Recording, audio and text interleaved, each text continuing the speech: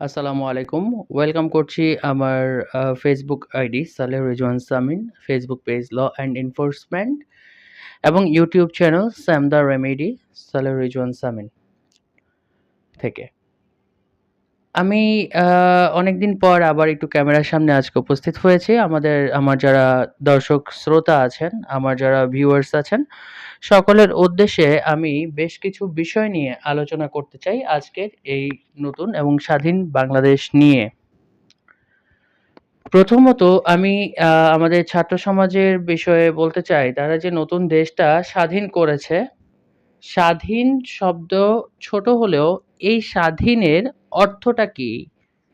মানে দেশকে কোনো শত্রু বা পর পরাক্রমশালী হচ্ছে কোনো দেশের এগেইনস্ট এ হতে পারে বা কোনো শত্রুর হাত থেকে হোক বা কোনো কিছুর হাত থেকে হোক, দেশকে যুদ্ধের মাধ্যমে মোকাবেলা করে বা কোনো কিছুকে আমরা প্রতিকূলতাকে মোকাবেলা করে ফিরিয়ে নিয়ে আসাকে হচ্ছে স্বাধীন বলে বা স্বাধীনতা অর্জন বলে।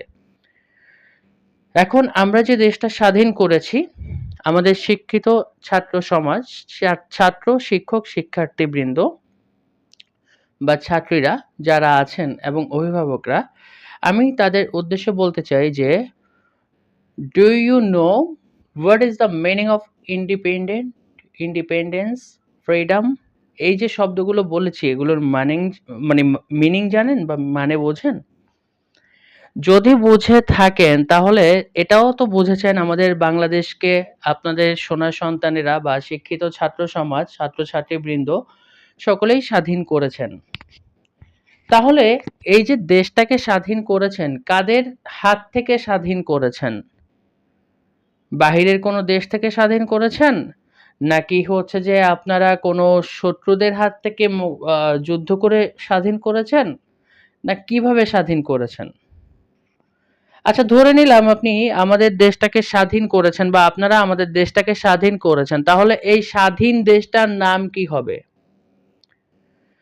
১৯৭১ সালে আমাদের বীর মুক্তিযোদ্ধারা যারা শহীদ হয়েছেন, আমাদের শহীদ ভাইরা যে দেশ স্বাধীন করেছেন, তারা পূর্ব পাকিস্তান বা পাকিস্তান থেকে আমাদের দেশটাকে বাংলাদেশ এই নামটাতে রূপান্তরিত করেছে। সেই বাংলাদেশটা আজ অব্দি চলে এসেছে। তাহলে আমাদের এই স্বাধীন দেশটা স্বাধীন কোথা থেকে হলো? আচ্ছা, ধরলাম আপনি দেশটা স্বাধীন করেছেন।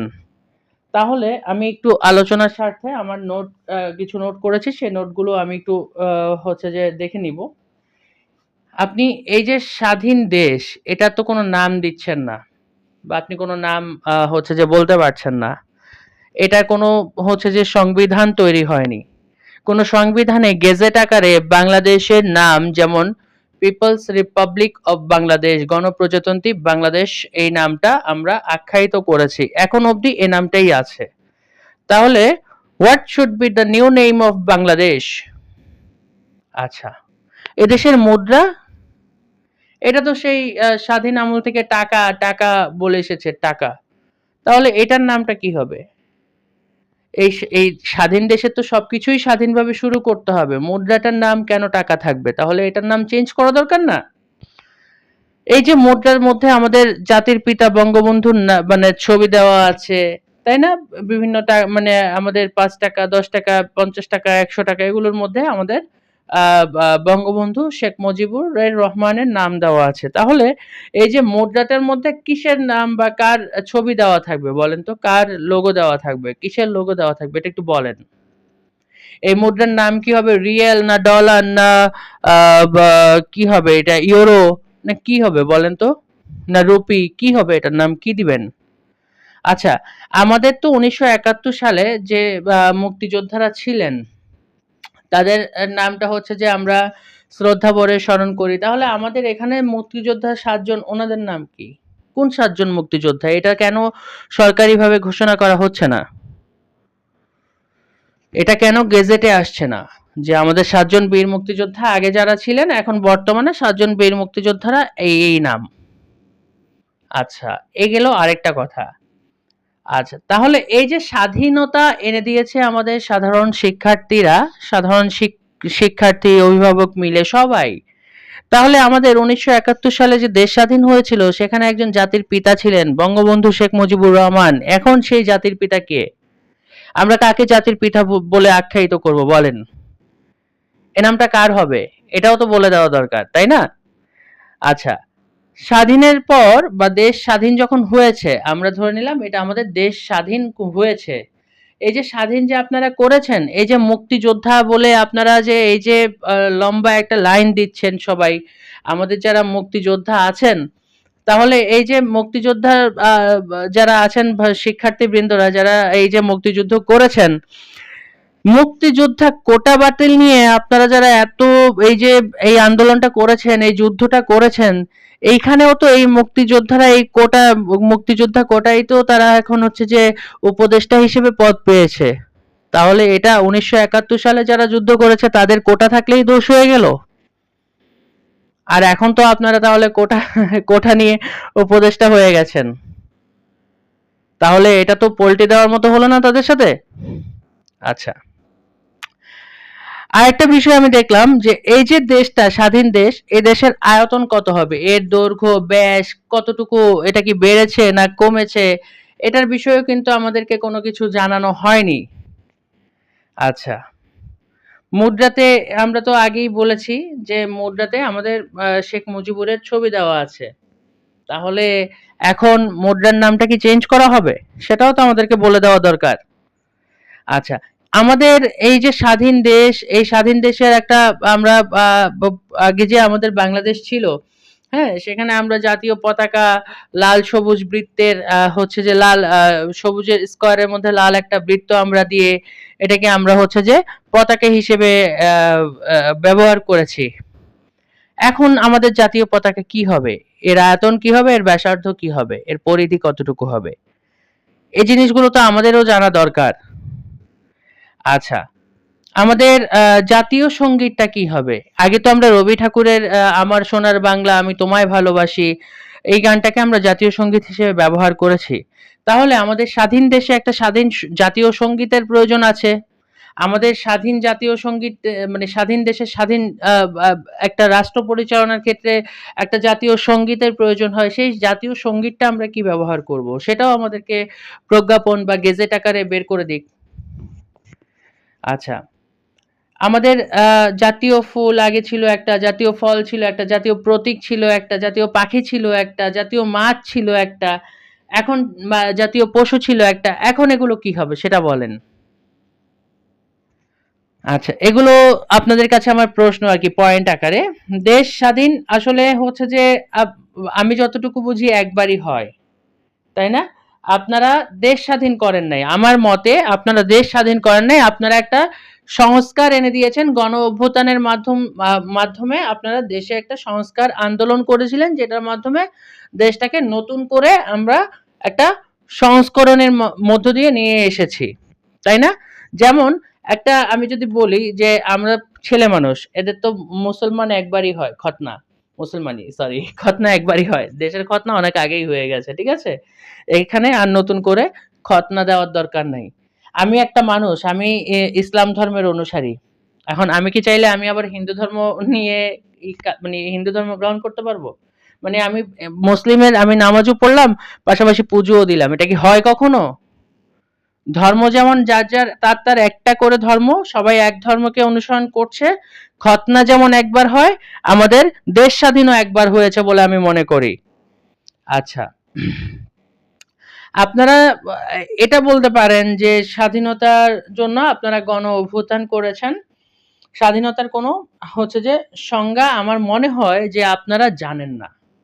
স্বাধীনতার সংজ্ঞা এত সহজ না। স্বাধীনতা শব্দটা ছোট বাট স্বাধীনতাটা এত এত এত মানে আ গুরুত্বহীন হয়ে যায়নি যে আপনারা আন্দোলন করলেন, সংস্কারের জন্য ডাক দিলেন, এটাই স্বাধীনতা হয়ে গেল।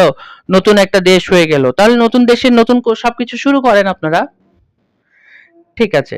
আমরা একটা জিনিস আমি যেটা পরিলক্ষিত করছি বা একটা জিনিস আমি যেটা বুঝতে পারছি যে আমাদের এই শিক্ষিত ছাত্রছাত্রীদের বা আমাদের এই জেনারেশনটাকে কাজে লাগিয়ে, হ্যাঁ? মানে এই জেনারেশনটাকে ম্যানিপুলেট করা হয়েছে। মানে রাজনীতির ছত্রছায়ায় এটাকে ম্যানিপুলেট করা হয়েছে। সার্জিস যেভাবে আমাদের ম্যানিপুলেট হয়েছিলেন, এখন আপনারা বলতে পারেন সার্জিস আলম বা সার্জিস ইসলাম, আমার সঠিক মনে নেই, সার্জিস আলমই হবেন। সার্জিস আলম উনি কিভাবে ম্যানিপুলেট হয়েছেন দেখেন, উনি কিন্তু আমাদের যিনি সাবেক প্রধানমন্ত্রী ছিলেন, দেশরত্ন যাকে বলা হতো শেখ হাসিনা, মমতাময়ী মা যাকে বলা হতো, ওনার সাথে গিয়ে কিন্তু দেখা করেছেন গণভবনে বেশ কয়েকবার, ওনার সাথে ছবি তুলেছেন। হ্যাঁ, উনি ছাত্রলীগ করতেন। হ্যাঁ, উনি হচ্ছে যে একজন অ্যাক্টিভ মেম্বার ছিল বাংলাদেশ ছাত্রলীগের। তো হঠাৎ করে ওনার ভাবোদয় হয়েছে, উনি হচ্ছে যে আহ, ছাত্রলীগ ছেড়ে একবারে দেশের স্বার্থে উনি আওয়ামী লীগ থেকেই, উনি ছাত্রলীগ থেকে নিজেকে প্রত্যাহার করে উনি হচ্ছে যে অন্যদিকে চলে গেছেন। তাহলে উনি ছাত্রলীগ করেছিলেন কেন? উনি প্রধানমন্ত্রীর গণভবনে গিয়েছেন কেন? বাসভবনে কেন গিয়েছিলেন? প্রধানমন্ত্রীর সাথে কেন দেখা করেছিলেন? উনি কেন সাদ্দামের হাত থেকে ক্রেস্ট নিয়েছিল? আমরা মনে করি সবটাই খারাপ, তাহলে উনি কেন এসেছিলেন ফার্স্টে? ওনাকে বাধ্য করা হয়? এখন তাহলে হচ্ছে ওনাকে ডিবি অফিসে নিয়ে গিয়েছিল, হ্যাঁ, ওনাকে বলা হয়েছে যে না তুমি আন্দোলন করতে পারবে না, ওটাও তো বাধ্য করাই হয়েছিল, তাহলে উনি কেন এটা মানেননি? এটা যদি ওনাকে ম্যানিপুলেট করা হয়, এটা যদি ওনাকে বাধ্য করা হয়, তাহলে এই যে এখন যে উনি এই আন্দোলনে চলে এসছে, এটা কি বলবেন? মানে আন্দোলনে এসে যে উনি দেশটাকে স্বাধীন করেছে, এটাও কি ম্যানিপুলেট করা হয়েছে? আচ্ছা, তাহলে হচ্ছে যে আমি এটাই বলতে চাচ্ছি, আমাদের শিক্ষিত ছাত্রছাত্রী যারা আছেন ওনাদেরকে ম্যানিপুলেট করা হয়েছে, এবং ওনাদেরকে ম্যানিপুলেট করা হওয়ার মানে করার কারণেই ওনারা হচ্ছে যে ভুল বুঝে ওনারা ভুল দিকে পা বাড়িয়েছেন। আমি যদি আরো একটু চিন্তা করি, এখানে হচ্ছে যে আহ, আহ, আর আর আর মানে আরেকটা বিষয় লক্ষ্য করেছি, আমাদের যারা অভিভাবকগণ আছেন, অভিভাবক বৃন্দ আছেন, তারা তারা হচ্ছে যে আমাদের ছাত্রছাত্রীদেরকে হচ্ছে যে উৎসাহ দিচ্ছেন বিভিন্ন জায়গায় কাজ, হচ্ছে যে দেশের জন্য কাজ করতে, সংস্কার করতে, বা হচ্ছে যে এখন আহ, রাস্তায় পড়াশোনা বাদ দিয়ে, হ্যাঁ, এই এই রাস্তা ঝাড়ু দেওয়ার কাজে নামিয়ে দিয়েছে। তারপর হচ্ছে যে পড়াশোনা বাদ দিয়ে তারা হচ্ছে যে ট্রাফিকের দায়িত্ব পালন করছে। খণ্ডকালীন ট্রাফিক দিয়ে কি আপনার ছেলে বা আপনার সন্তানরা কি জীবিকা নির্বাহ করবে? এটা কি মানে তাদের পড়ালেখাটা কি সঠিকভাবে হয়েছে? তারা এখন কিসে পড়ছে? সবাই তো আর গ্রাজুয়েশন শেষ করে ট্রাফিক সিগন্যালে নেমে দাঁড়ায়নি। তাহলে এখন যারা এইচএসসি পাস করেছে, এখন যারা এইচএসসি পরীক্ষার্থী, তারা কেন করেছে? মানে তারা কেন এটাই মানে রাস্তায় নেমেছে? অবশ্যই এটা তাদেরকে ম্যানিপুলেট করা হয়েছে। আমি যেটা বলতে চাই, আমাদের যারা শিক্ষক, শিক্ষার্থী, ছাত্রছাত্রী বৃন্দ আছো, বা যারা আমাদের শিক্ষিত সমাজ, তোমরা একটু ভালো করে আগে জানো যে স্বাধীনতা কি, সংস্করণ কি। স্বাধীনতা এবং সংস্করণ কিন্তু দুটো এক জিনিস নয়। তুমি দেশ স্বাধীন করনি, তোমরা দেশ স্বাধীন করতে পারো না, তোমরা দেশ স্বাধীনের মানে আহ, মানে স্বাধীন স্বাধীনের জন্য তোমাদের কোনো শত্রু ছিল না। তোমরা কোটা সংস্কার নিয়ে আন্দোলন করেছিলে, সেটা সংস্করণের মধ্য দিয়ে তোমাদের ইচ্ছাগুলো বা চাওয়া পাওয়াগুলো বাস্তবায়িত হয়েছে, এটা কোনো স্বাধীনতা বলে না। আমাদের যে বিষয়গুলো হচ্ছে যে নিয়ে আপনারা আহ, বেশি ফেসবুকে দেখলাম যে অনেকে স্বাধীন স্বাধীন দিয়ে রেড ফ্ল্যাগ দিচ্ছেন, অনেকে স্বাধীন লিখে স্ট্যাটাস দিচ্ছেন। তার মানে কি আমাদের দেশটা স্বাধীন ছিল না? স্বাধীন করা হয়েছে। তাহলে আমার যে পয়েন্টগুলো আমি আলোচনা করেছি, সেগুলোকে আপনারা আমাকে সলিউশন দিতে পারবেন? আমার আজকে শিক্ষিত ছাত্র সমাজ এবং হচ্ছে যে আমাদের নতুন যে সরকার এবং উপদেষ্টা মণ্ডলী, সকলের কাছে এই প্রশ্নটা থাকবে যে এই স্বাধীনতার মানে কি? আপনারা কিভাবে দেশ স্বাধীন করলেন? আমাদের 7 জন বীরশ্রেষ্ঠর নাম আপনারা হচ্ছে যে আমরা বলতে পারবো। আমরা সবাই জেনে এসেছি 1971 সালে আমাদের 7 জন বীরশ্রেষ্ঠ ছিলেন, বীর বিক্রম ছিলেন, তাই না? এরকম তো আমাদের বিভিন্ন ক্যাটাগরি ছিল, বীর প্রতীক ছিল। তাহলে এখনকার দিনের এই 7 জন বীরশ্রেষ্ঠ কে? গেজেট আকারে নাম কোথায়? এখনকার দিনে সেই বীর বিক্রম কারা? এখনকার দিনে সেই বীর প্রতীক কারা? এগুলো তো আমাদেরকে জানতে হবে। আমাদের জাতীয় ফুল কি? আমরা কিছুই জানি না। দেশ স্বাধীন, দেশ স্বাধীন বলে আপনারা যতই লাফাচ্ছেন, যতই লাফালাফি করেন, মানে actually is this true that our country is like free for every person right now? না, এটা এখনো স্বাধীন হয়নি। এটা এখন একটা সরকারের আন্ডারে চলছে।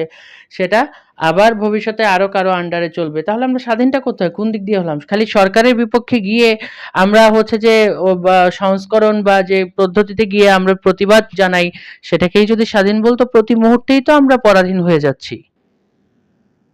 প্রতি মুহূর্তেই আমরা নতুন, নতুন সরকারকে আগমন জানাচ্ছি ভোট দিয়ে, এবং সরকারের পক্ষে আমরা সরকারের অধীনে চলে যাচ্ছি। সরকারের পক্ষে তো আমরা কিছু মানে করলেও এখন দোষ হয়ে যায়। তো আমরা সরকারের পক্ষে যারা করছি তারাই শুধু স্বাধীন, সরকারের বিপক্ষে যারা তারাই পরাধীন। তাই না? বিষয়টা তো এরকমই হয়ে যায়। আমার প্রশ্নগুলো যথার্থ উত্তর আমি আশা করব, এবং এটাও আশা করব যে কেউ ভুল ব্যাখ্যা দাঁড় করাবেন না, এবং কেউ ভুল আ অ্যান্সার দিয়ে নিজেকে মানে শিক্ষিত বা অশিক্ষিত এটা প্রমাণ করতে যাবেন না। অবশ্যই আমি যেমন যুক্তি দিয়ে কথাগুলো বলেছি, আমার যুক্তির সেই উত্তরগুলো আমি সবার কাছ থেকে আশা করব কমেন্টস এর মাধ্যমে। বাট এখানে একটা আমি স্বাধীন দেশ, যেহেতু আপনারা বলেছেন, স্বাধীন দেশের স্বাধীন নাগরিক হিসেবে আমার যে চাওয়া পাওয়াগুলো ছিল, আমি যেটা বুঝি, আমি যতটুকু বাংলাদেশের রুলস অ্যান্ড রেগুলেশনস বুঝি, বাংলাদেশের কনস্টিটিউশন বুঝি, সংবিধান বুঝি, আমি যতটুকু অধিকার রাখার আমি রেখেই কথাগুলো বলেছি। আমার যতটুকু অধিকার, আমি আমার অধিকারগুলোর হচ্ছে যে আদায়ের জন্য আমি আমার জানার ইচ্ছে থেকে আমি এই আজকের ভিডিওটি করেছি। আশা করছি আমাকে আপনারা সবাই পজিটিভলি নিবেন, এবং আমার কথাগুলোর উত্তর সবাই পজিটিভ ভাবেই দিবেন। আমি সকলকে ধন্যবাদ জানিয়ে শেষ করছি। আসসালামু আলাইকুম, ভালো থাকবেন।